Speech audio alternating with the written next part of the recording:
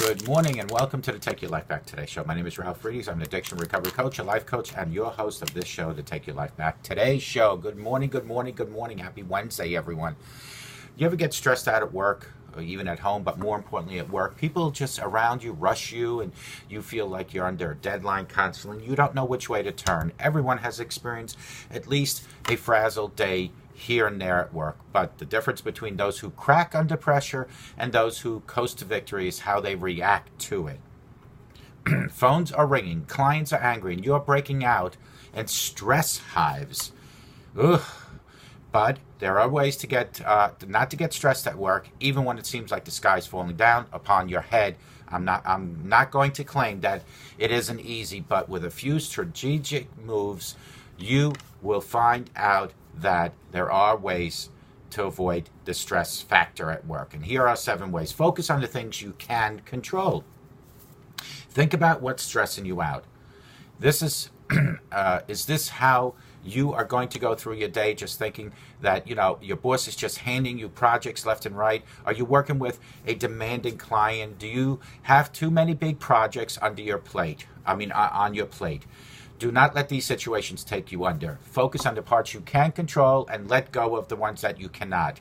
That is how you can control things at your job. Remind yourself that you love your job and remind yourself what you love about your job. Sometimes your work day or work week will get a kink in it and you'll spend your 9 to 5 super stressed, wishing you could just quit, run away, maybe to a beach, maybe to a mountain.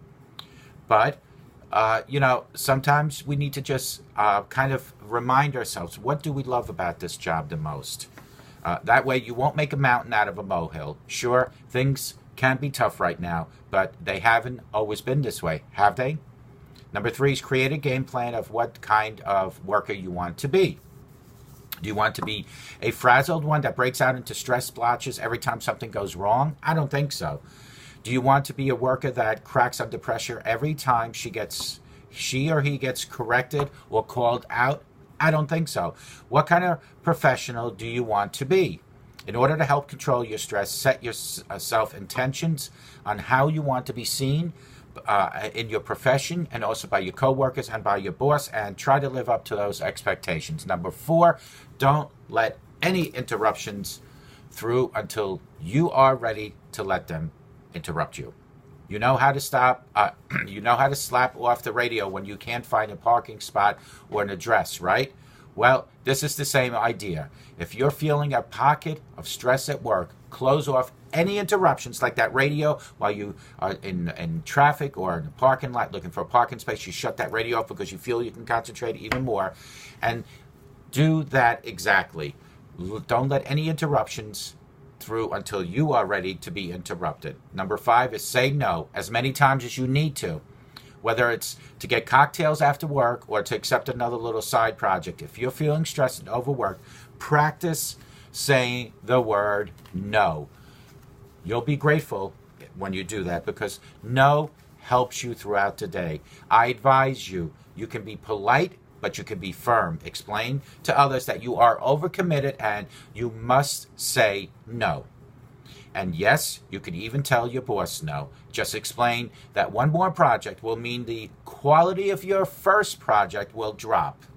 Number 6 is see this as a learning opportunity for yourself. Sure, you think you're awesome when you're at your best, but when you can learn about what you can learn about yourself when you are tested is the big thing to pay attention to. Instead of cracking under pressure, see that stressful time at work as an opportunity to learn something new about yourself, specifically how you fare when times get really tricky and really tough, and how the pressure affects you. Number 7 is, if the situation is spiraling, ask these questions to find a solution. If you can't break out of the frazzled type of situation, it's time to tackle it with a solution. Rather than going into knee-jerking reaction of lashing out or crumbling, ask yourself a couple of questions to center yourself before deciding which way to go. Associate Editor Margarita Travakowski, MS from the Psych Central suggested these suggestions. Ask yourself these 3 questions. What has work done for you in the past? What would someone admire you while you are at work? In other words, what is it that you do that would make someone admire you while you work?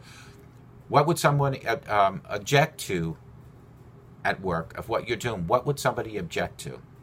Once you have the answer to all three of these questions, you could choose the one that feels the most right.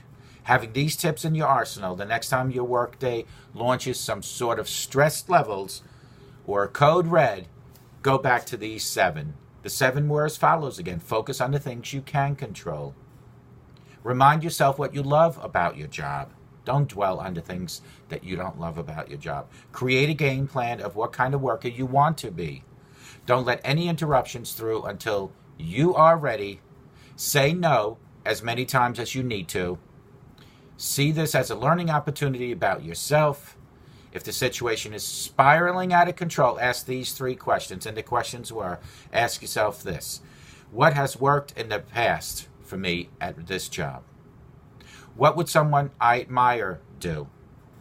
What would someone object to, or who is objective do? Those are the 3 questions. When you have those 3 questions figured out, the rest will all kind of fall in place. But don't let your job frazzle you to the point where you throw your hands up and you just want to quit. Take a step back, take a self-inventory, take a glance at the terrain in front of you, what is making you so frazzled, and start again. Never ever give up. Remember, God has deemed you a miracle, like I said in my last episode, and a masterpiece. Let your emotions stay at home. Don't bring it to your job, and don't let your job go home with you as well. God has blessed you with 86,400 seconds to live today. What will you do with any of those seconds?